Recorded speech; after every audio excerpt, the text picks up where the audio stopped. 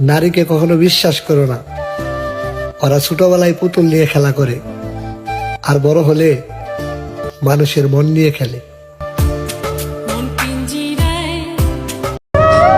দাদু ভাই, জীবনে প্রেম করো না।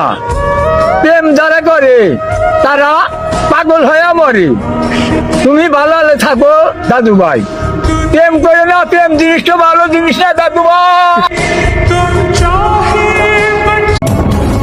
আমিও একদিন এই বাংলাদেশ ছাড়মু, ভালোবাসার মানুষগুলারে রাইখা ওই দূর প্রবাসে যামু।